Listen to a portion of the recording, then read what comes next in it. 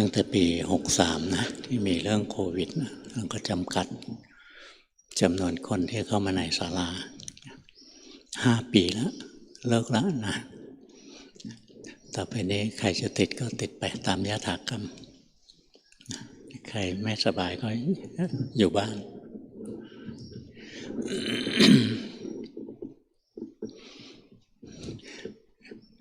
ที่จริงช่วงที่บางคนไม่ได้มาวัดก็ไม่ได้มีปัญหากับการปฏิบัติหลวงพ่อไปเจอคนที่ไม่เคยมาวัดเลยนะไม่เคยเจอหลวงพ่อเลยก็ดู YouTube เท่านั้นแหละภาวนาเป็นนะภาวนาดีๆนี่เยอะเลยนะหลายคนภาวนาดีกว่าคนที่มาที่วัดบ่อยๆด้วยมาวัดบ่อยๆบางทีไม่คิดลดละกิเลสนะมาหาความสุขเพลินๆหาเพื่อนคุยอะไรอย่างเงี้ยสู้คนที่เขาตั้งใจภาวนาไม่ได้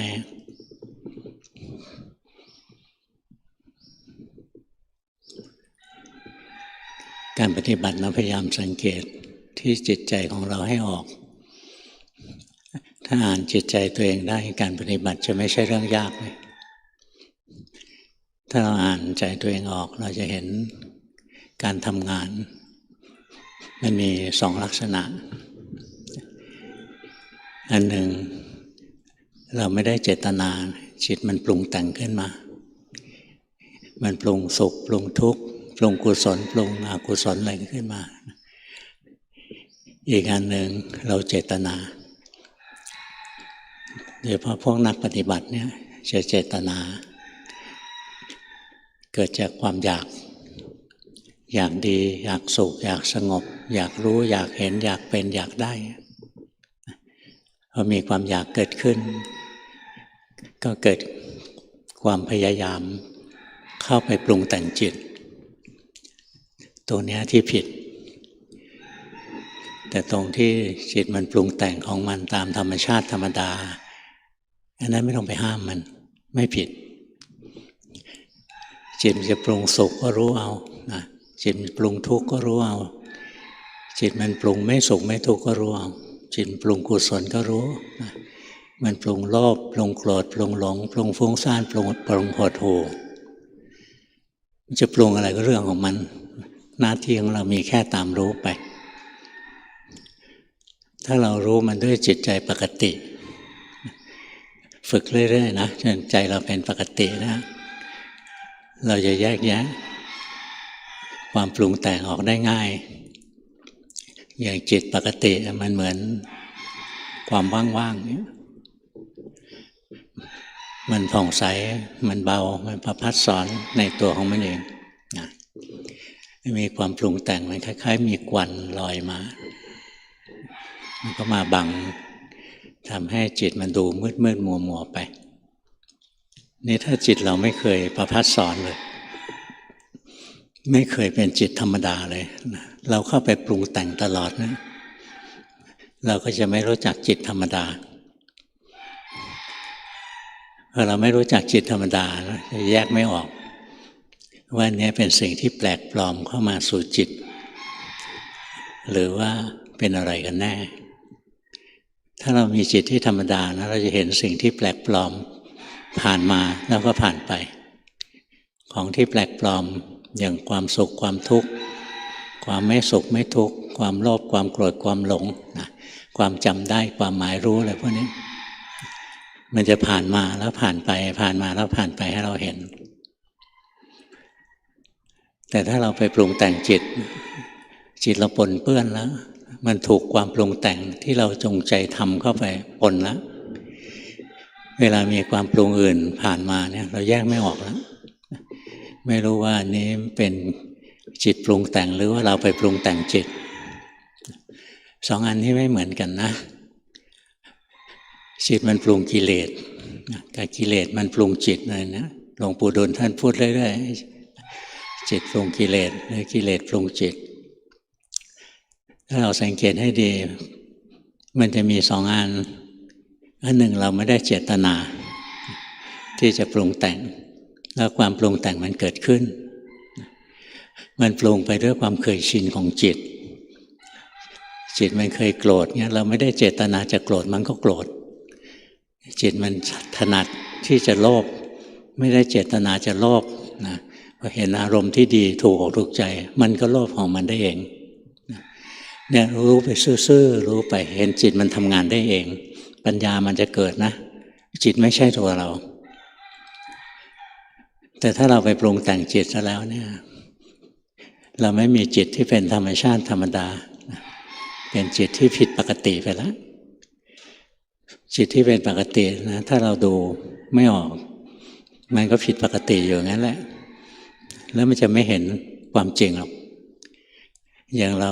ไปแต่งจิตให้มันนิ่งๆนักปฏิบัติเกือบ100 ละ 100แอบไปปรุงแต่งจิต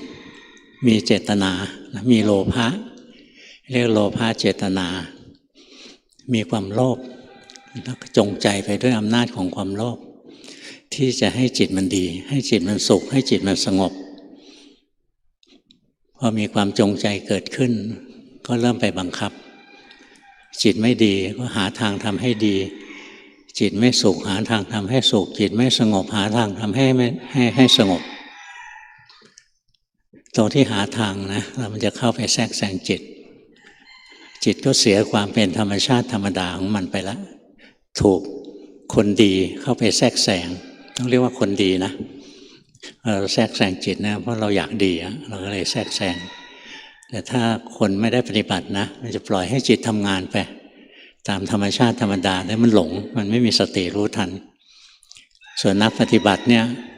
กลัวจิตจะไม่ดีกลัวจิตไม่สุขกลัวจิตไม่สงบก็เลยเข้าไปแทรกแซงไปบังคับจิตเกือบ100 ละ 100ของนักปฏิบัตินะบังคับตัวเองเท่านั้นถ้าไม่บังคับจิตก็บังคับร่างกายอย่างเวลาจะหายใจนะหายใจมาตั้งแต่เกิดไม่เป็นไรพอมาฝึกอานาปานสตินะหายใจนะเดี๋ยวก็เหนื่อยแล้ว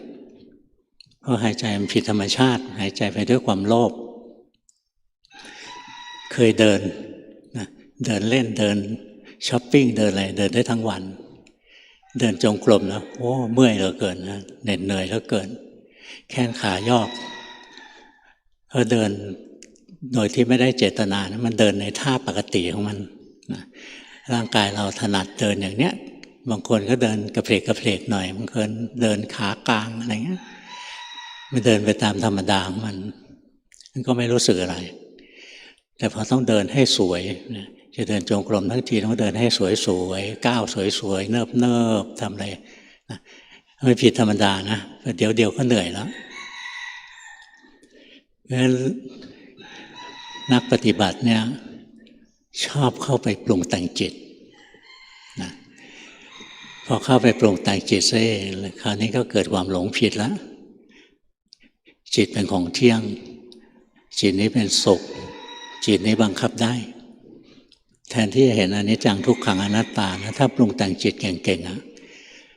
อย่างเราทรงฌานให้จิตสงบได้ทั้งวันนะสงบหลายวันก็ยังได้นึกอยากสงบเมื่อไหร่ก็สงบทันทีเลยเวลาต้องการให้จิตมีความสุขก็กำหนดจิตลงไปแต่อย่าลงลึกเกินไปถ้าลงลึกมันจะเป็นอุเบกขานะลงตื้นหน่อยนะมันก็เกิดความสุขในขนลุกขนพองอะไรขึ้นมาอย่างนี้งั้นพอชำนาญเรื่องของสมาธิแล้วเราปรุงแต่งจิตเก่งอะเราจะเริ่มเห็นนะจิตนี้เที่ยงนะทรงตัวอยู่ได้มีความสุขอยู่ได้สว่างไสวอยู่ได้เป็นวันๆหลายวันนะบางทีอยู่ได้นานเลยนะยิ่งถ้าเราทำสมาธิทุกวันเนี่ยเหมือนอยู่ทั้งชาติเลยแต่ถ้าเราทำสมาธิรวมเข้าไปครั้งหนึ่งนะแล้วเราไม่ทำต่อมันก็สงบอยู่ได้ไม่เกิน7 วันเดี๋ยวก็เสื่อมแต่ถ้าทำทุกวันนะมันเสื่อมแต่มันยังไม่ทันปรากฏออกมาให้ชัดเจนเราก็ทำสมาธิซ้ำเข้าไปอีกมันเลยดูเหมือนไม่เสื่อม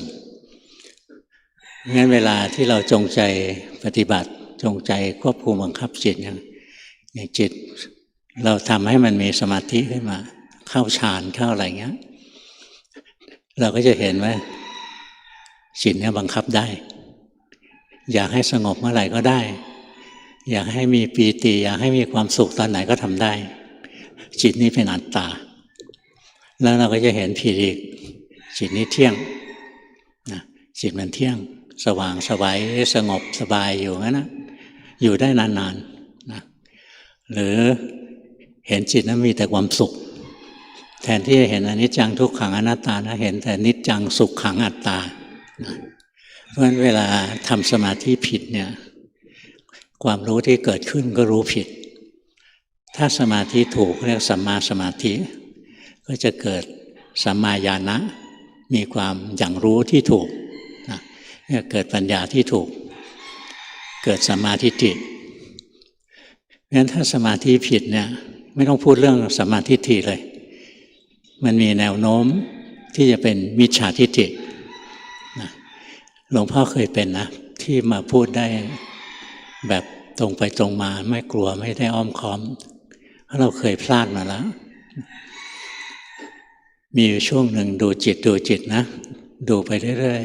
ๆแล้วมันเผลอไปเพ่งจิตเข้าไปเพ่งจิตนะจิตมันก็ว่างแล้วพอเห็นกิเลสมันผุดขึ้นมานะก็ไปดูแบบไม่เข้าไปยุ่งกับมันเลยนะ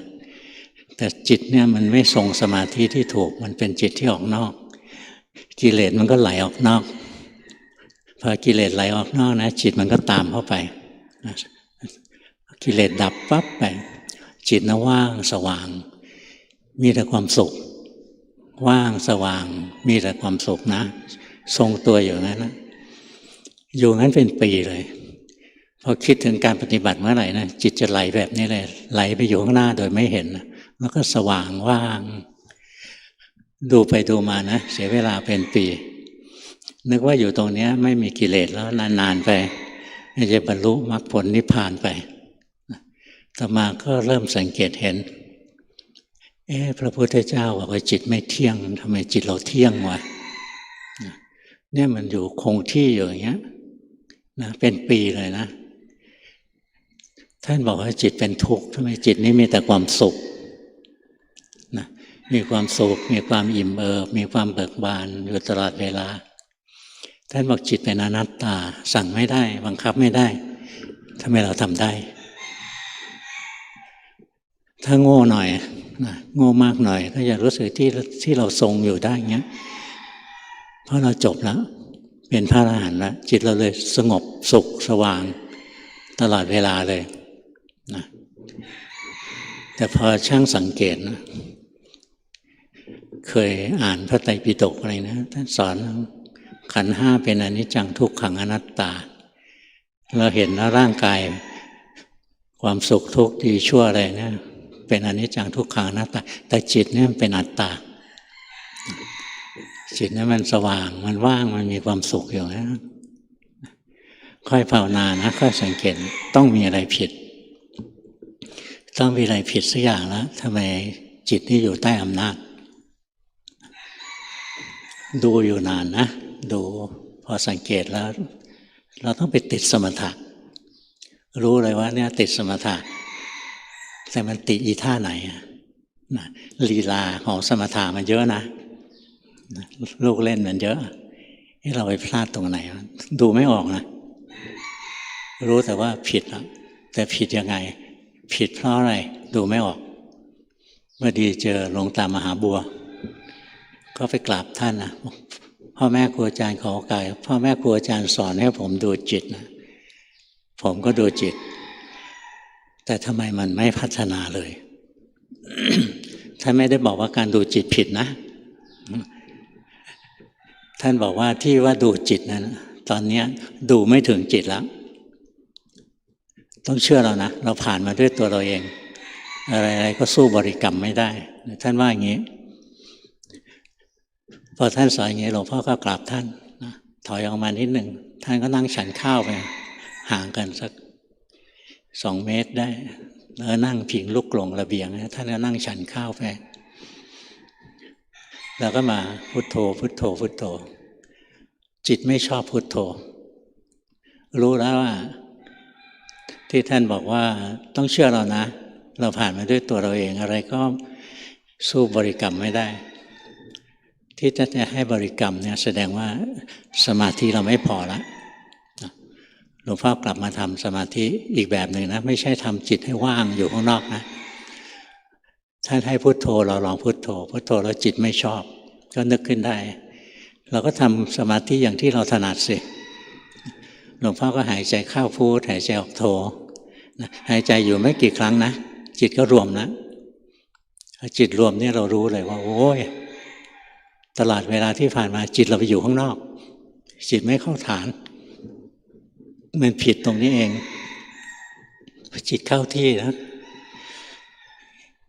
ท่านฉันข้าวเสร็จก็กราบท่านนะก็ยิ้มนะไม่พูดละเราแก้ตกละเนี่ยถ้าเราทำสมาธินะแล้วมันพลาดเนี่ยบางทีกลายเป็นมิจฉาทิฏฐิเพราะฉะนั้นอย่างฤาษีชีไพรอะไรเนี่ยบางทีกลายเป็นมิจฉาทิฏฐิหลากหลายชนิดเลยนะเป็นมิจฉาทิฏฐิได้หลายแบบนะเพราะสมาธิไม่ถูกเมื่อสมาธิไม่ถูกปัญญามก็ไม่ถูกงั้นสมาธิที่ถูกนะคือความตั้งมั่นไม่ใช่ความสงบตอนที่หลวงพ่อพลาดเนี่ยหลวงพ่อไปอยู่กับความสงบไปอยู่กับความว่างเนี่ยหลังๆได้ยินคนบอกว่าเรียนจากหลวงปู่ดูลแล้วก็สอนลูกศิษย์นะให้น้อมจิตให้ว่างจิตเกิดความคิดขึ้นมาให้ปัดทิ้งไปอย่าไปคิดมันอะไรเงี้ยอันนี้ภาวนาผิดนะหลวงพ่อเคยทำแล้วหลวงปู่บอกผิดอ่ะเราอย่าเข้าไปแทรกแซงจิตปล่อยให้จิตมันทำงานไปแล้วเรามีสติตามรู้มันไปถ้าเราไปแทรกแซงจิตนะสมาธิที่เกิดขึ้นมันจะเป็นมิจฉาสมาธิเป็นสมาธิที่สงบไปเฉยๆแต่ไม่ตั้งมั่นถ้าเราไม่แทรกแซงจิตเรามีสติตามรู้สภาวะที่กำลังมีกำลังเป็นสติที่ถูกต้องเกิดเมื่อไหร่สมาธิที่ถูกต้องก็เกิดเมื่อนั้นจะเกิดร่วมกันเลยงั้นสมาธิจริงๆไม่ใช่เกิดจากการนั่งหายใจนะไม่ได้เกิดจากการเดินจงกรมแต่สมาธิที่แท้จริงเกิดจากสติแล้วสติตัวนี้ต้องเป็นสติปัฏฐานนะสติทั่วๆไปมันก็จะรู้อารมณ์ทั่วๆไปที่เป็นกุศลแต่สติปัฏฐานเนี่ยรู้รูปรู้นามรู้กายรู้ใจนะแล้วถ้าเรามีสติปัฏฐานเรามีสติรู้กายรู้ใจของเราเนี่ยทันทีที่รู้ถูกสติระลึกถูกนะสัมมาสมาธิก็เกิดขึ้นอัตโนมัติอย่างครูบาอาจารย์จำนวนมากชอบสอนนะให้เราทำกรรมฐานไปแล้วพอจิตหลงคิดให้รู้ว่าจิตหลงคิดหลงแล้วรู้หลงแล้วรู้ชอบพูดอย่างเนี้ยนะหลายๆวงก็สอนอย่างนั้นหลงแล้วรู้เอาหลวงปู่ดูลก็สอนนะบอกอย่ามัวแต่หลงอะไรที่เกิดบ่อยหลงคิดท่านเลยบอกคิดเท่าไหร่ก็ไม่รู้หรอกหยุดคิดถึงรู้แต่ก็อาศัยคิดเนี่ยประโยคที่3เนี่ยคนลืมได้ยินจำได้แค่ว่าคิดเท่าไหร่ก็ไม่รู้หยุดคิดถึงจะรู้ก็เลยพยายามหยุดคิดนะอันนั้นกลายเป็นมิจฉาทิฏฐินะเกิดมิจฉาทิฏฐิเกิดมิจฉาสมาธิแล้วก็เลยกลายเป็นมิจฉาทิฏฐิประโยคที่3ของท่านก็คือแต่ต้องอาศัยคิดนะคิดเท่าไหร่ก็ไม่รู้เพราะฉะนั้นเราอย่าไปคิดธรรมะนะคิดไงก็ไม่รู้หยุดคิดถึงรู้แต่ก่อนที่จะหยุดคิดนะอาศัยคิดให้จิตมันทำงานไปแล้วเรามีสติรู้ทันว่าจิตมันหลงไปทำงานแล้วจิตที่หลงทำงานมันจะดับจิตที่รู้มันจะเกิดขึ้นมาแทนที่เพราะเราไม่ห้ามความคิดนะถ้าจิตมันทำงานตามธรรมชาติของมันเราจะไม่แทรกแซงเราจะไม่ห้ามมันจะสุขก็ได้มันจะทุกข์ก็ได้มันจะไม่สุขไม่ทุกข์ก็ได้มันจะเป็นกุศลก็ได้อกุศลก็ได้เราอย่าเข้าไปแทรกแซงให้เรารู้อย่างที่มันเป็นนะยกตัวอย่างสมมติว่าเราหายใจเข้าพุทหายใจออกโทอะไรอย่างเงี้ยจิตเราฟุ้งซ่านให้รู้ว่าฟุ้งซ่านไม่ต้องพยายามให้สงบนะถ้าทำสมาธิแล้วเริ่มต้นเมื่อไหร่จะสงบพยายามทำให้สงบรับรองไม่สงบนะเพราะเราคิดจะทำจิตมันเลยไม่หยุดถ้าเราไม่ได้คิดจะทำนะเราก็เห็นจิตมันทำงานเดี๋ยวมันก็หยุดของมันเองมันก็สงบของมันเองเพ ราะฉะนั้นอย่าไปแทรกแซงจิตอย่างเรานั่งภาวนาจิตฟุ้งซ่านก็รู้จิตอยากสงบก็รู้นะรู้ไปเรื่อยๆแล้วก็หายใจของเราไปอะไรเงี้ยถ้าเราไม่เข้าไปแทรกแซงไม่นานก็สงบเองแหละนะเพราะฉะนั้นอย่าไปแทรกแซงจิตนะอย่าไปปรุงแต่งจิตจิตไม่สงบก็รู้ว่าไม่สงบไม่ต้องไปปรุงให้มันสงบจิตไม่มีความสุขก็รู้ว่าไม่มีความสุขไม่ต้องไปปรุงให้มีความสุขนะเนี่ยจิตเป็นไงก็รู้ไปจิตเป็นอกุศลรู้ว่าเป็นอกุศลไม่ต้องไปปรุงให้มันเป็นกุศลรู้อย่างที่มันเป็นให้ได้รู้ด้วยใจที่ธรรมดาแล้วสมาธิที่แท้จริงก็จะเกิดปัญญาที่แท้จริงก็จะเกิดขึ้นครูบาอาจารย์ชอบสอนนะหลงแล้วรู้หลงแล้วรู้นะอย่างหลวงพ่อเทียนสอนขยับมือเนี่ยหลายคนก็ตีความท่านไม่ออกนะขยับมือเพื่อจะให้จิตนิ่งๆไปนะจะให้รู้สึกตลอดเวลาแล้วก็เพ่งเอาไว้นะเพ่งเนี่ยรู้สึกตลอดเวลาเลยมันอยู่ท่าไหนรู้สึกเนี้ยนะเพ่งเอาไว้อันนั้นไม่ถูกนะถ้าให้ฝึกสติเคลื่อนไหวรู้สึกหยุดนิ่งรู้สึกไม่ใช่ให้ไปเพ่งนะ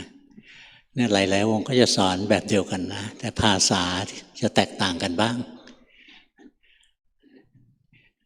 รวมความก็คือให้รู้สภาวะที่กำลังมีกำลังเป็นสติเป็นตัวรู้สภาวะที่กำลังมีกำลังเป็นถ้ามันรู้สภาวะได้นะถูกต้องโดยไม่เข้าไปแทรกแซงนะไม่เข้าไปแก้ไขนะรู้สภาวะอย่างที่มันเป็นได้สมาธิที่ถูกต้องจะเกิดอัตโนมัตินะ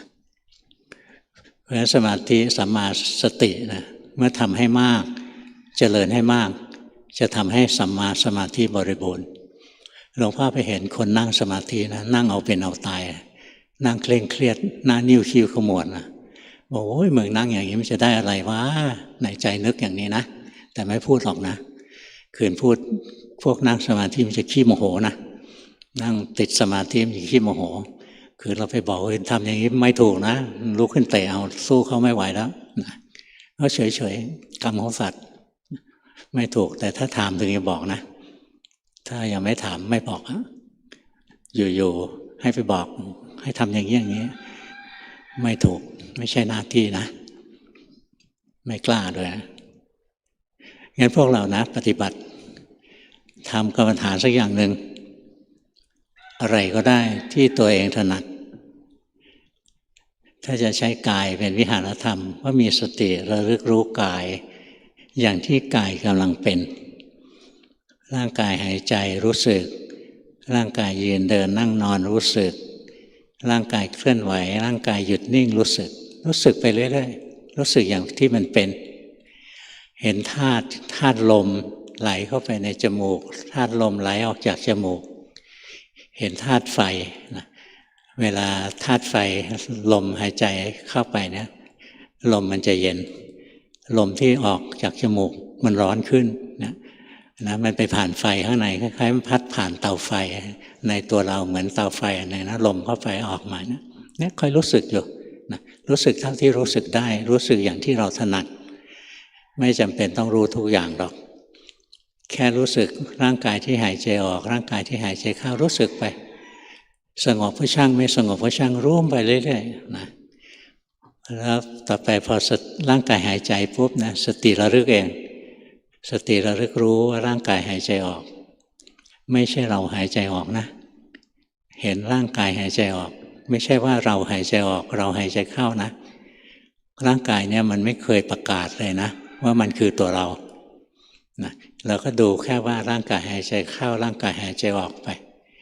แล้วจะเห็นร่างกายที่หายใจเข้าหายใจออกถ้าสติระลึกรู้ถูกต้องจริงๆนะจิตมันจะตั้งมั่นเองหรืออย่างจิตเรามีความสุขเราเห็นจิตมีความสุขเกิดขึ้นนะรู้ด้วยจิตที่เป็นด้วยสติที่แท้จริงนะรู้อย่างเป็นกลางไม่ต้องไปยินดีกับมันนะรู้อย่างเป็นกลางแต่ถ้ามันยินดีก็ให้รู้ทันว่ากำลังหลงยินดีนะจิตจะเป็นกลางขึ้นมานะก็เห็นความสุขที่เกิดขึ้นเป็นของถูกรู้ถูกดูนะจิตตั้งมั่นเป็นคนรู้คนดูสติระลึกรู้ความสุขนะแล้วจิตมันตั้งมั่นถ้ารู้ถูกนะจิตตั้งมั่นเองนะ ถ้ารู้ไม่ถูกจิตจะถลำลงไปเสพความสุขนะเข้าไปเพลิดเพลินในความสุขนั้นหลงนะแต่ถ้ามีความสุขสติรู้ว่ามีความสุขสักว่ารู้ว่าเห็นนะจิตตั้งมั่นเองนะตั้งขึ้นมาเองมันเห็นเลยความสุขก็อันหนึ่งนะสติที่ไปรู้ก็อันหนึ่งจิตที่เป็นคนรู้ก็อันหนึ่งความยินดียินร้ายที่เกิดขึ้นจากการไปเห็นความสุขก็เป็นอีกอันหนึ่งแยกออกไปนะแยกองค์ประกอบออกไปเรื่อยๆแล้วทุกตัวล้วนแต่เป็นไตรลักษณ์นะสอนไตรลักษณ์ทั้งนั้นเหมือนกันหมดเลยความสุขก็สอนไตรลักษณ์ไม่เที่ยงเป็นทุกข์เป็นอนัตตาสติจะเกิดหรือไม่เกิดก็เป็นไตรลักษณ์นะสั่งให้เกิดก็ไม่ได้นะต้องฝึกไปเรื่อยๆจิตมันจำสภาวะได้แม่นแล้วสติเกิดเอง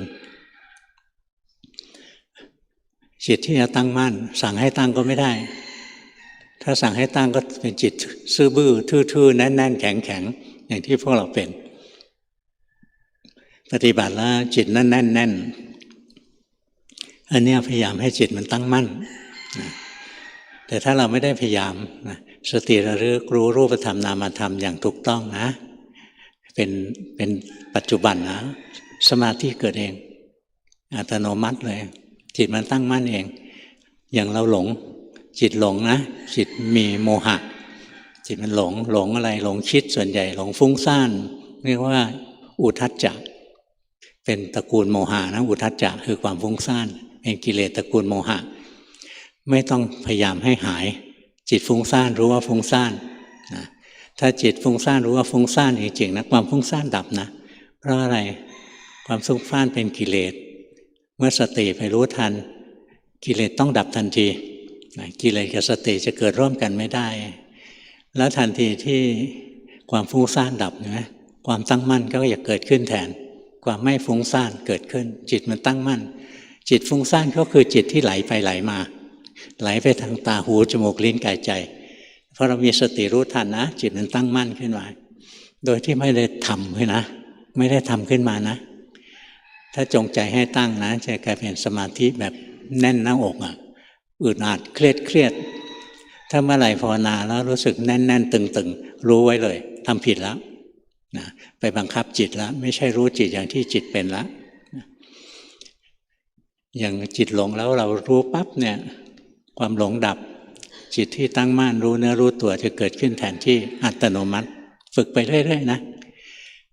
เพราะงั้นเราจะรู้ทันความปรุงแต่งของจิตว่าตาหูจมูกลิ้นกายใจกระทบอารมณ์แล้วจิตปรุงสุขก็รู้ปรุงทุกข์ก็รู้ปรุงไม่สุขไม่ทุกข์ก็รู้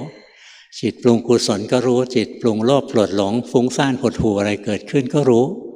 จิตมันปรุงไม่ต้องไปยุ่งกับมันไม่ต้องไปห้ามมัน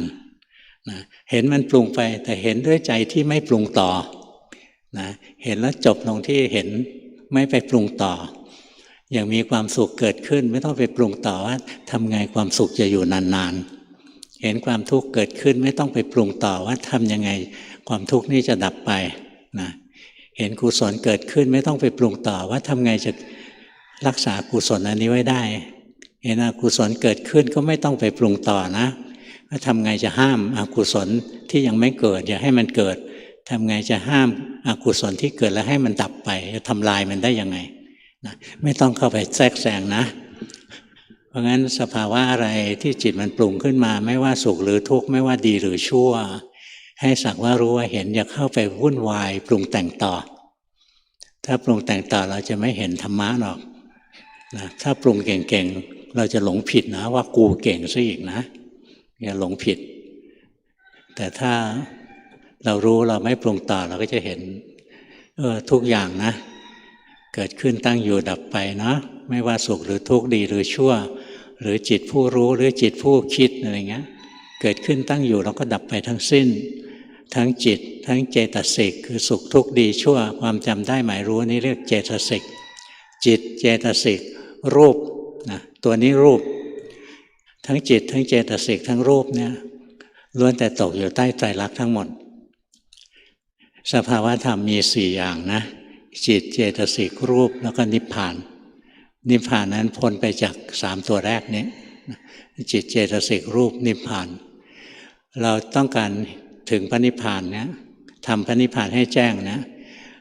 เราต้องวางไอ้3ตัวแรกนี้ให้ได้ก่อนจิตเจตสิกรูปในจิตเจตสิกรูปตัวไหนเป็นหัวหน้าจิตเป็นหัวหน้านะเพราะงั้นถ้าละวางที่จิตได้นะตัวอื่นถล่มทลายหมดเลยนะตัวเจตสิกก็แยกออกไปนะเป็นเวทนาความรู้สึกสุขทุกข์ไม่สุขไม่ทุกข์อันนี้เกิดทั้งในร่างกายในจิตใจนะ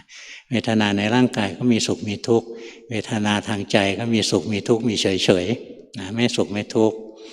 สัญญาความจำได้กับความหมายรู้จำได้กับหมายรู้ไม่เหมือนกันนะจำได้เช่นนายคนนี้ชื่อสมมตินะนายคนนี้ชื่อสุเมธ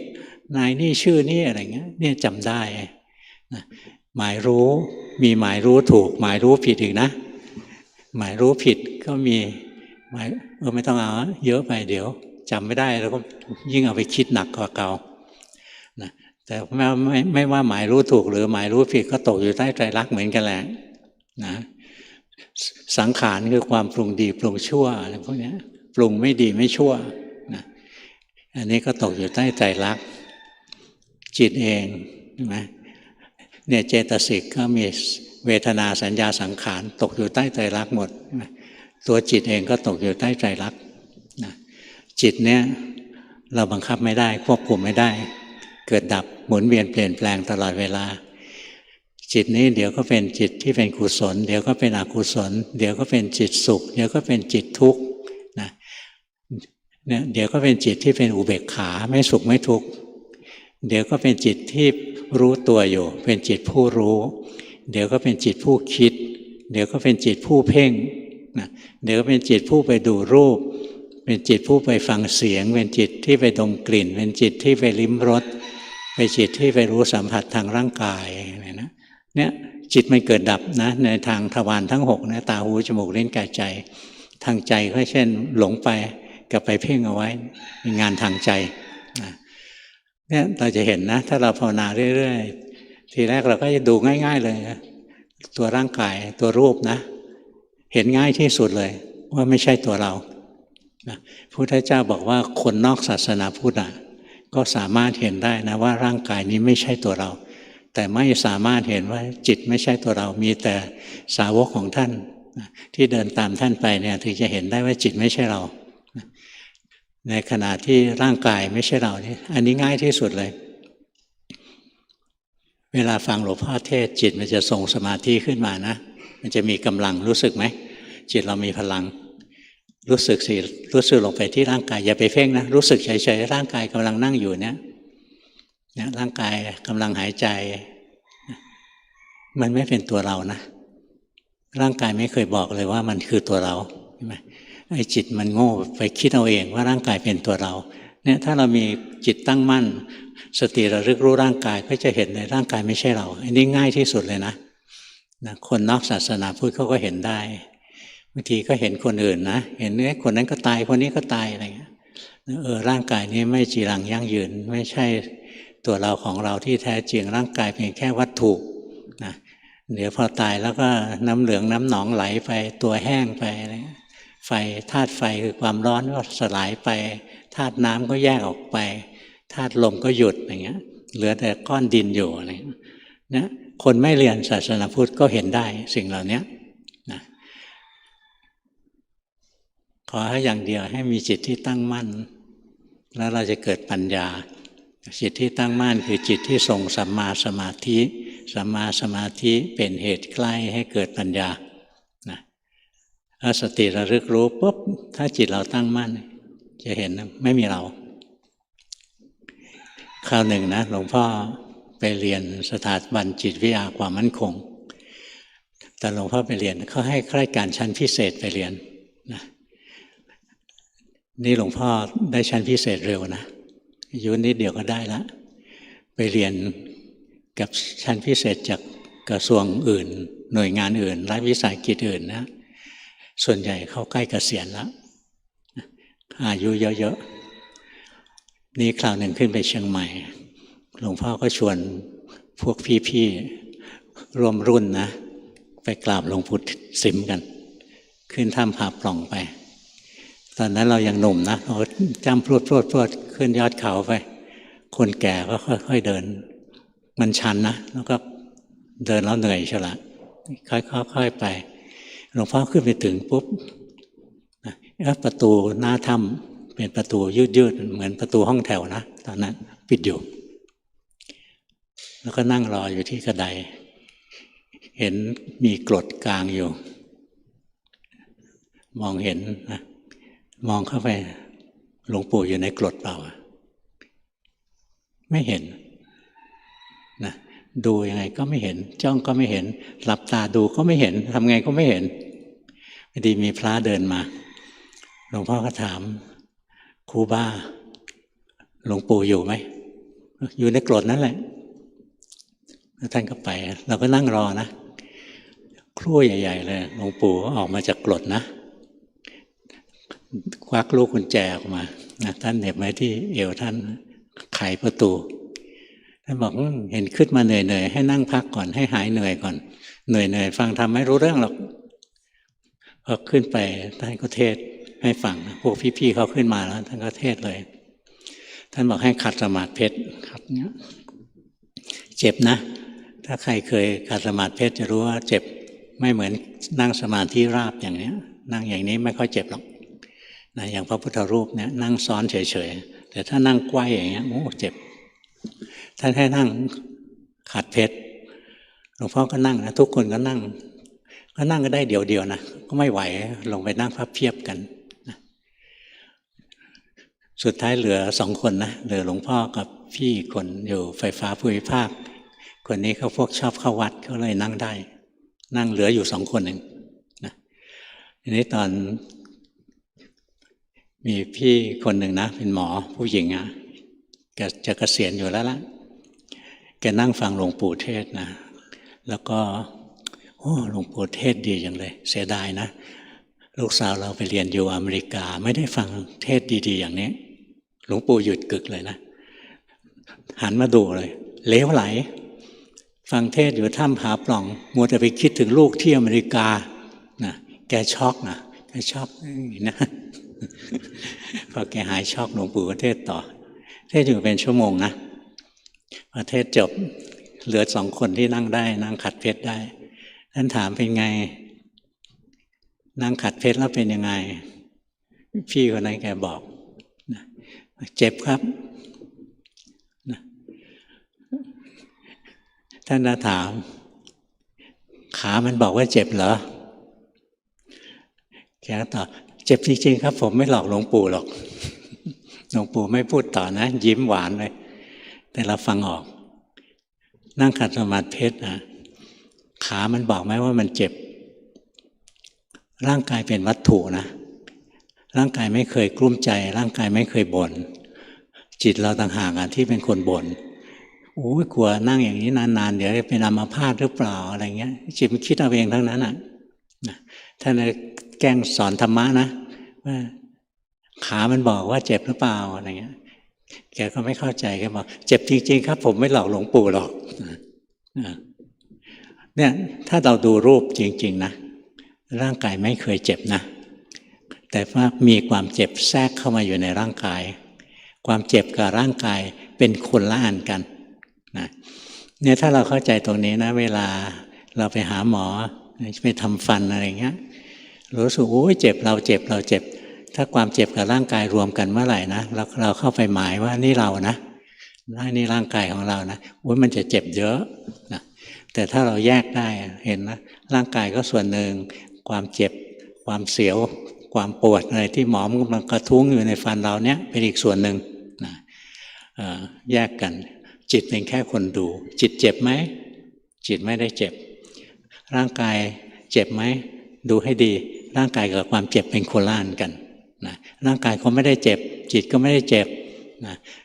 มีความรู้สึกเจ็บเกิดขึ้นมีความหมายรู้ว่าเราเจ็บเกิดขึ้นนะหมายรู้ผิด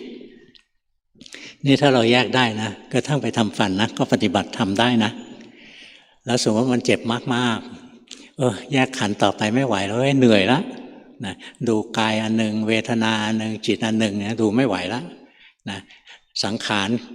ก็เป็นอีกอันหนึ่งนะชักจะกระสับกระส่ายนะชักจะไม่ไหวแล้วอะไรเงี้ย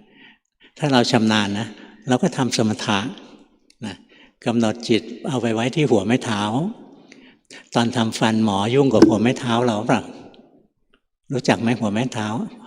ภาษาอะไรเดี๋ยวนี้ต้องพูดให้หยาบคายนะถึงจะนิยมหัวแม่ตีนน่ะรู้จักไหมเนี่ยรู้จักเห็นไหมหัวแม่เท้าอะไรไม่เข้าใจนะเราย้ายจิตเราไปไว้อยู่ที่หัวแม่เท้าตอนนี้ฟันทำไปนะไม่เจ็บแล้วนะตอนนี้เพราะอะไรเพราะจิตมันไม่เข้าไปจับนะเนี่ยมันแยกได้นะเมื่อก่อนหลวงพ่อยังไม่บวชนะก็เจอมีเพื่อนผู้หญิง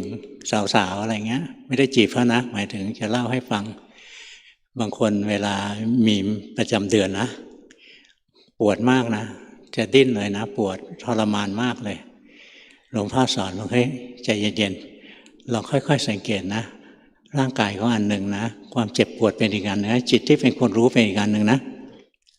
แต่เดิมเวลาประจำเดือนมานะต้องกินยาต้องอะไรวุ่นวายมากเลย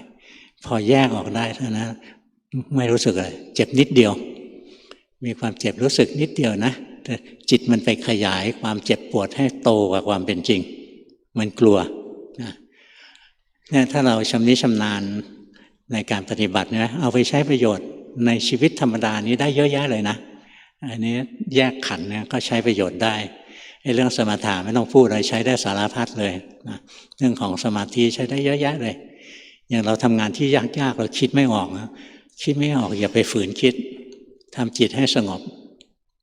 ไม่ต้องไปคิดถึงมันนะพอจิตเราถอยออกมาเนี่ยบางทีความรู้มันผุดขึ้นมาเลยนะเรื่องนี้ต้องทำอย่างนี้นะแก้ปัญหาอย่างนี้นะอะไรเงี้ยงั้นธรรมะนะฝึกเอาไว้นะฝึกสมถะมันก็มีประโยชน์ของสมถะนะเอาไปใช้ในทางโลกก็ได้ใช้ในทางธรรมก็ได้ฝึกวิปัสสนานะหรือฝึกเดินปัญญาแยกธาตุแยกขันธ์เนี่ยยังไม่ถึงขั้นวิปัสสนานะแยกธาตุแยกขันธ์ได้เนี่ยเป็นปัญญาขั้นต้นถ้าเราชำนิชำนาญแล้วก็ไปใช้สารพัดเลยใช้ได้ในทางโลกแล้วถ้าทำวิปัสสนาได้คราวนี้ใจเราจะค่อยๆ คลายออกจากโลกนะถ้าต่ำกว่าวิปัสสนาเนี่ยจะเป็นการฝึกแล้วไปอยู่กับโลกยังมีความสุขหน่อยนะถ้าเดินวิปัสสนาได้ใจมันจะเห็นนะโลกนี้ไม่มีอะไรนอกจากทุกข์ไม่มีอะไรเกิดขึ้นไม่มีอะไรตั้งอยู่ไม่มีอะไรดับไปนะใจเห็นนี้ใจจะคลายออกจากโลกนะสุดท้ายใจก็พ้นจากโลกคำว่าพ้นโลกเหนือโลกก็คือคำว่าโลกุตระนะสุดท้ายใจมันจะเข้าไปสัมผัสพระนิพพานนะนิพพานเนี่ยพ้นจากจิตเจตสิกรูปขึ้นถึงนิพพาน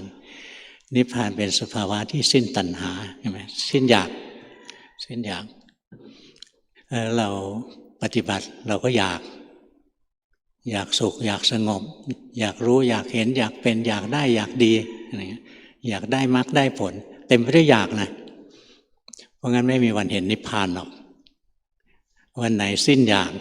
รู้ความจริงแล้วสิ่งทั้งหลายมีเหตุก็เกิดหมดเหตุก็ดับบังคับไม่ได้ใจก็สิ้นอยากนะจะเป็นจิตจะเป็นเจตสิกจะเป็นรูปก็ตกอยู่ใต้ไตรลักษณ์เหมือนกันควบคุมไม่ได้บังคับไม่ได้จิตปล่อยวางสภาวะธรรมสามัญจิตเจตสิกรูปจิตมันวางนะเพราะมันสิ้นอยากมันก็เข้าไปสัมผัสพระนิพพานนะ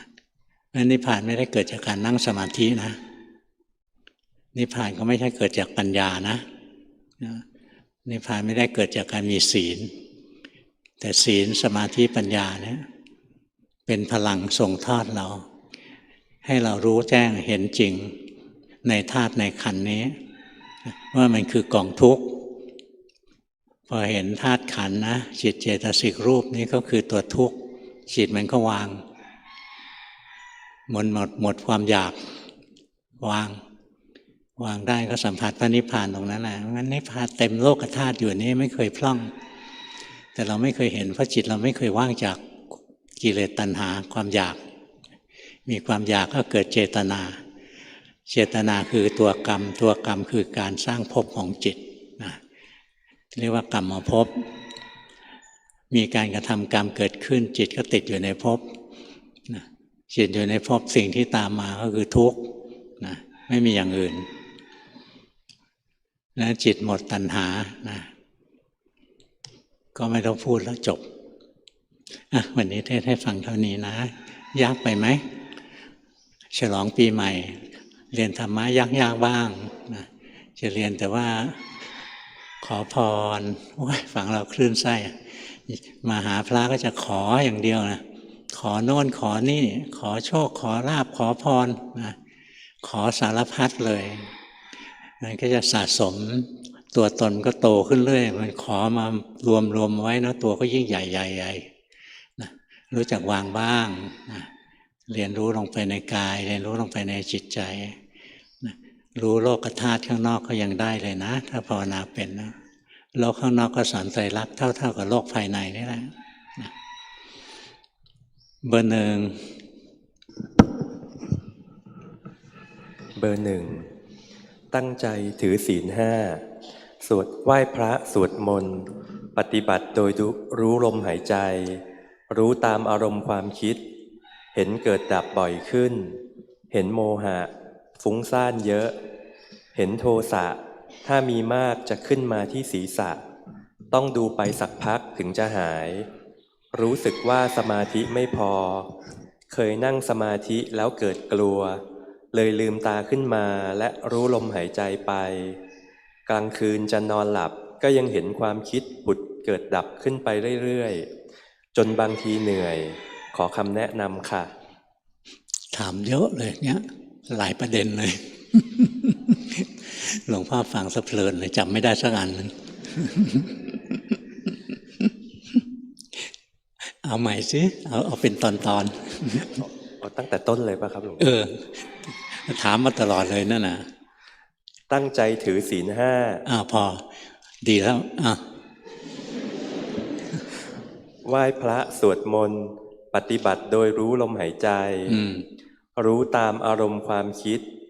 เห็นเกิดดับบ่อยขึ้นเห็นโมหะฟุ้งซ่านเยอะเห็นโทสะถ้ามีมากจะขึ้นมาที่ศีรษะ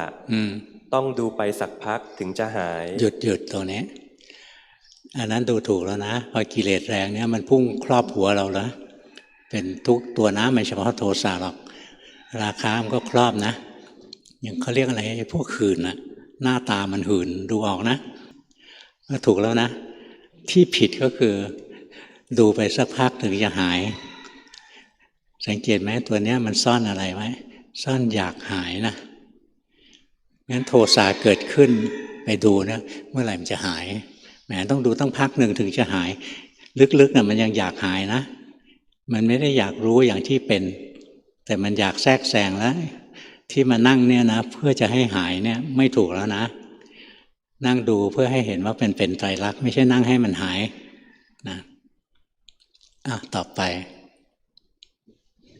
รู้สึกว่าสมาธิไม่พอถูกเคยนั่งสมาธิแล้วเกิดกลัวเลยลืมตาขึ้นมาและรู้ลมหายใจไปพอตัวนี้น่าเสียดายนะนั่งสมาธิแล้วกลัวพิจารณาเข้าไปสิกลัวอะไรสิ่งที่คนและสัตว์กลัวมากที่สุดเลยนะคือกลัวตายนะทำไมมันกลัวตายเพราะมันรักตัวเองนะต่อไปเวลานั่งสมาธิแล้วกลัวนะพิจารณาลงไปเลยมันกลัวอะไรมันกลัวตายทำไมมันต้องกลัวตายเพราะมันหลงรักตัวเองนะเนี่ยสอนมันเข้าไปเรื่อยๆนะอย่าไปกลัวมันสู้มันถ้าก็หนีไปหาลมหายใจเนี่ยมันจะไม่เดินปัญญาพอเห็นทุกข์เห็นโทษเมื่อไหร่ก็หนีเมื่อนั้นเลยนะเพราะฉะนั้นเวลากลัวเข้ามาดูมเข้าไปตรงๆเลยนะต่อไป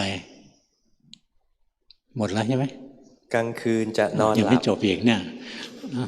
ก็ดีแล้วกลางคืนนอนหลับก็ยังเห็นความคิดผุดขึ้นเกิดดับไปเรื่อยๆจนบางทีเหนื่อยขอคำแนะนำค่ะเหนื่อยก็อย่าไปคิดมากอย่าไปคิดว่าทำยังไงจะไม่คิด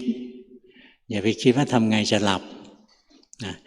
สวดมนต์ในใจไปเรื่อยๆหลับก็ช่างไม่หลับก็ช่างแป๊บเดียวก็หลับแล้วละเบอร์2นี่แม่ถามเนี่ยนะตั้งกี่เรื่องอะเนี่ย1 2 3 4ใครจะไปจำไหวเราแก่แล้วนะเบอร์2ใช้ใจธรรมดาดูธาตุไหลเข้าไหลออกทั้งวันทั้งคืนเห็นไตรลักษณ์ของขันธ์5เคยเห็นกิเลสเบื้องหลังความคิด เห็นกระแสสุขทุกข์เฉยๆผุดจากกลางอก เห็นสภาวะทางกายเหมือนเกิดพร้อมกัน เช่น ดูลมแล้วกระพริบตาอยู่ก็รู้ตึงหย่อนไหวด้วย ไม่ว่าทำอะไรก็เห็นสภาวะธาตุไหลเข้าไหลออกด้วยเห็นจริงหรือคิดปรุงแต่งเองคะเห็นนะแต่จิตที่เห็นเนี่ยมันทื่อๆเกินไปรู้สึกไหมมันนิ่งกว่าปกตินิดนึงรู้สึกไหมจิตตัวนี้มันมีน้ำหนักนะแสดงว่าเรายังบังคับจิตอยู่ยังแทรกแซงจิตอยู่ตัวนี้ถ้าปล่อยได้นะปัญญามันจะเกิดนะแต่ถ้าเราประคองนิ่งอยู่อย่างเงี้ยมันเห็นจริงนะเห็นโน้นเห็นนี่เห็นถูกนะแต่มันไม่ตัดหรอกนะเพราะสมาธิมันไม่พออย่าไปบังคับจิตถ้ายังตึงยังมีการกระทำอยู่จิตก็สร้างภพของนักปฏิบัติขึ้นมาแล้วยังติดอยู่ในภพนั้นโดยที่เรายังไม่เห็นว่ามันมีตัณหาอยู่เบื้องหลัง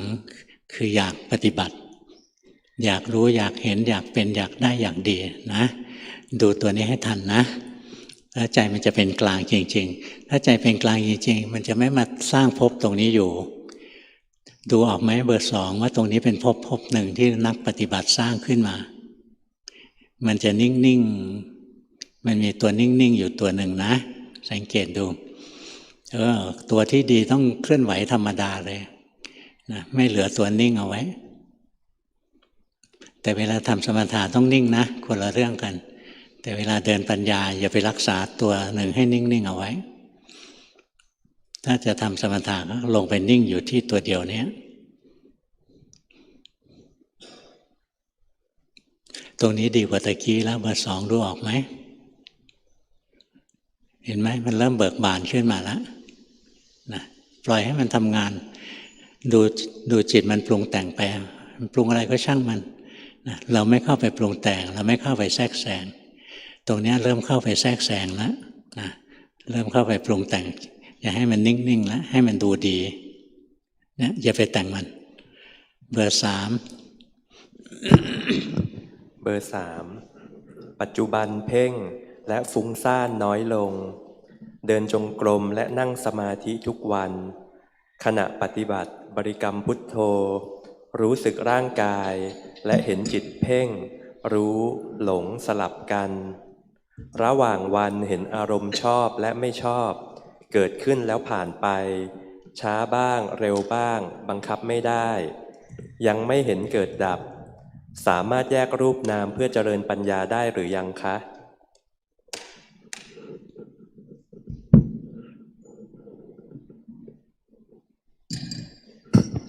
แยกได้แล้วนะมันแยกแล้วละเห็นไหมร่างกายก็อันหนึ่งจิตก็อันหนึ่ง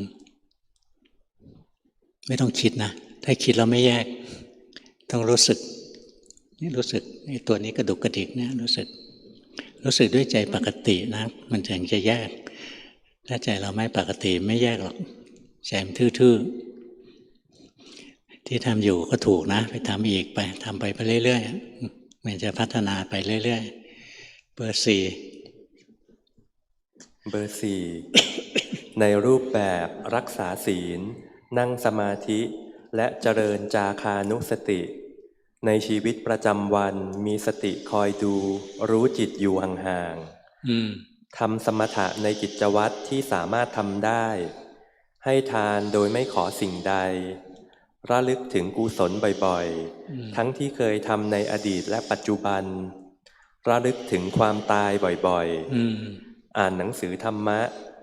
มีข้อติดขัดคือนั่งสมาธิค่อนข้างแกว่งบางทีก็ติดแสงบางทีก็ว่างไปเฉยๆขอหลวงปู่แนะนำครับแกว่งก็เรื่องของมันเราก็แค่เห็นจิตไปติดแสงชอบความสุขความสงบที่เกิดขึ้นรู้ทันว่าจิตชอบนะก็ไม่ติดแล้วนะถ้ารู้ทันแล้วมีอะไรอีกอันนะจิตแกว่งแล้วติดแสงแล้วอะไรอีกตัวหนึ่ง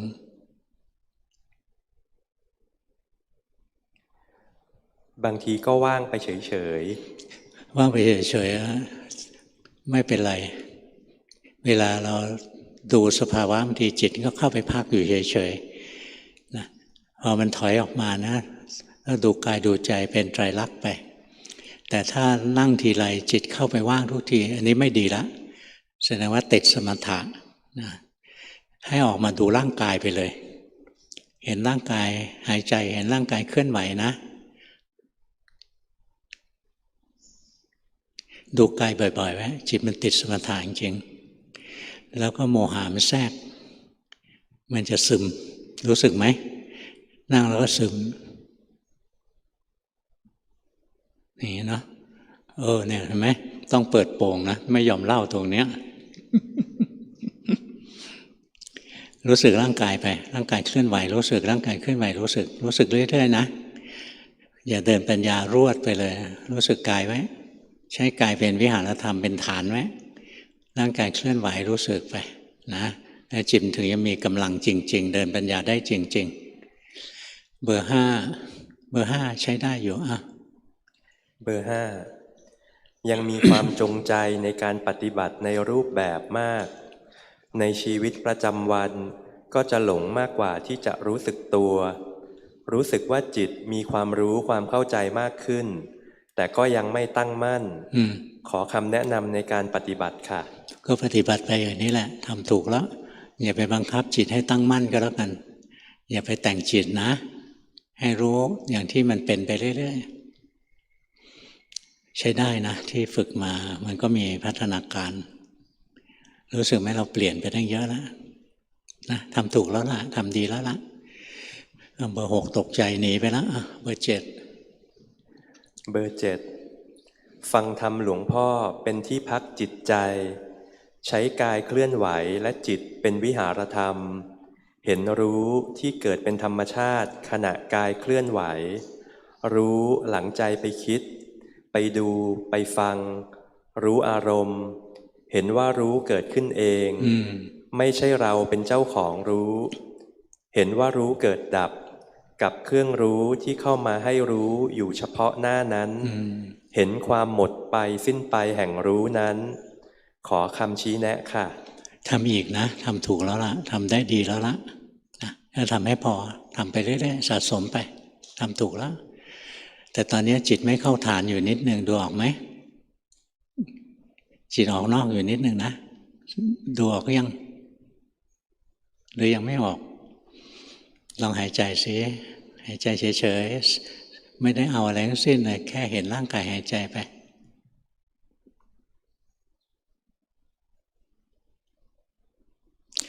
รู้สึกไหมตรงนี้กับตะกี้ไม่เหมือนกันละนะตะกี้ไม่ออกนอกนะงั้นถ้าจิตเราไม่เคยเข้าฐานจิตเราก็จะออกนอกตลอดแล้วเราก็นึกว่าจิตเราดีเข้าที่แล้วที่จริงมันยังเกินออกไปแต่ถ้าจิตมันตั้งมั่นขึ้นมาจริงๆนะปัญญามันจะเกิดนะแล้วปัญญาตัวนี้ไม่ได้คิดเอามันจะรู้มันจะปิ๊งขึ้นมาเองส่วนปัญญาถ้าจิตมันออกนอกมันจะไปคิดก็ใช้ได้ในเบื้องต้นมันคิดพิจารณาโน้นนี้ไปแต่อริยมรรคจะยังไม่เกิดตอนนั้นอริยมรรคจะเกิดตอนที่จิตมีสมาธิจริงๆเลยต้องตั้งมั่นจริงๆอย่าดึงแค่รู้ว่ามันอยู่ข้างนอกหายใจไปแล้วมันก็เข้าเองนะถ้าดึงแล้วมันจะแน่นมันจะกลายเป็นว่าเราเจตนาขึ้นมาเบอร์ 6เบอร์ 6ใช้อานาปานสติเป็นวิหารธรรมระหว่างวันดูจิตได้ดูจิตไม่ได้ดูกายเคยเห็นจิตเดินปัญญาเองอัตโนมัติติดเพ่งขอความเมตตาหลวงพ่อช่วยชี้แนะด้วยครับทำไปเถอะนะผิดบ้างถูกบ้างไม่เป็นไรตามรู้อย่างที่มันเป็นไปเรื่อยๆนะแล้วมันจะดีเองแหละแต่ว่าอย่าน้อมจิตให้ซึมนะมันมีการน้อมจิตให้ซึมจะได้ดูเหมือนสงบจิตซึมกับจิตสงบไม่เหมือนกันนะจิตสงบเนี่ยรู้ตื่นเบิกบานอย่าน้อมอย่างนี้ถ้าน้อมลงไปมันจะซึมนะเดี๋ยวไม่เคยตัวพยายามรู้สึกตัวไว้อย่าให้มันเคลิ้มรู้สึกไป ปลุกตัวเองให้ตื่นขึ้นมาอย่าน้อมจิตให้มันหลับลงไปนะตื่นไหมตื่นไหมเคลื่อนไหวพยายามเคลื่อนไหวร่างกายนะเคลื่อนไหวเรื่อยๆจิตมันจะได้ตื่นขึ้นมามีกำลังจริงๆนะไม่งั้นจะไปแต่งให้มันเคลิ้มลงไปไม่ดีหรอกเสียเวลาเบอร์ 8เบอร์ 8นั่งสมาธิรู้สึกถึงกายหายใจ1 ถึง 1 ชั่วโมงครึ่งส่วนใหญ่จะนิ่งสงบสว่างระหว่างวันรู้ลมหายใจสลับกายเคลื่อนไหวแต่โดยรวมสติยังเกิดไม่บ่อยไม่ว่องไวไม่ค่อยมีกำลังเห็นอยู่ก็ยังตามกิเลสไปมีเบื่อโลกไม่เป็นกลางบ้างกราบขอคำแนะนำเพื่อปฏิบัติต่อไปจนกว่าจะถึงที่สุดแห่งทุกข์ค่ะจิตมันไปติดความสงบนิ่งๆอยู่นะออกมาดูร่างกายให้มากๆเลยดูมันไปทีละส่วนก็ได้นะผมขนเล็บฟันหนังเนื้อเอ็นกระดูกไม่สวยไม่งามไม่เที่ยงเป็นทุกข์ไม่ใช่ตัวเรานะดูไปทีละส่วนก็ได้หรือจะดูทั้งตัวเลยก็ได้ร่างกายที่เดินอยู่ไม่ใช่เรานะเป็นเหมือนหุ่นยนต์ตัวหนึ่งมันเดินร่างกายที่นั่งอยู่ไม่ใช่เราเหมือนหุ่นยนต์ตัวหนึ่งมันนั่งอะไรเงี้ยดูอย่างนี้เรื่อยๆนะจิตมันจะกระปรี้กระเปร่าขึ้นมาไม่งั้นมันจะน้อมไปหาความนิ่งเฉยๆนะต้องกระตุ้นให้มันออกมาเดินปัญญานะงั้นจะติดเฉยติดนิ่งติดว่างวันนี้เทศให้ฟังเท่านี้นะ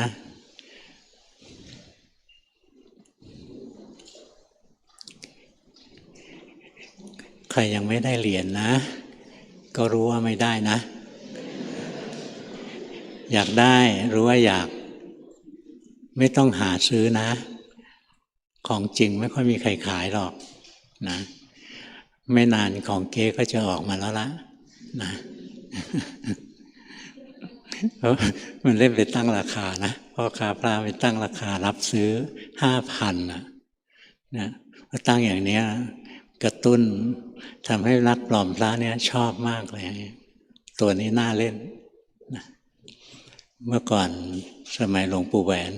ยังอยู่นะวันหนึ่งเนี่ยมีเหรียญออกมา3 รุ่นก็มีนะรุ่น1 2 รุ่น3 รุ่นอะไรนี้ออกทุกวันเลยนะแล้วเหรียญจริงออกตอนเช้าเหรียญเก๊ออกตอนบ่ายนะเพราะมันทำได้เร็วมากเลยนะแล้วในเหรียญจริงก็มีเหรียญเก๊นะบางทีเอาไปให้ท่านปลุกเสก2-3 เหรียญนะแล้วก็มาวางกองเหรียญที่ยังไม่ได้เสกเอาวางไว้ข้างบนนะแล้วบอกนี่หลวงปู่จุดธูปหลวงปู่แหวนเสกหมดแล้วเอาขายได้แล้วอย่างนี้ก็มีนะมายาเลขกลในวงการพระเครื่องเยอะนะอย่าไปซื้อเลยเสียดายตังค์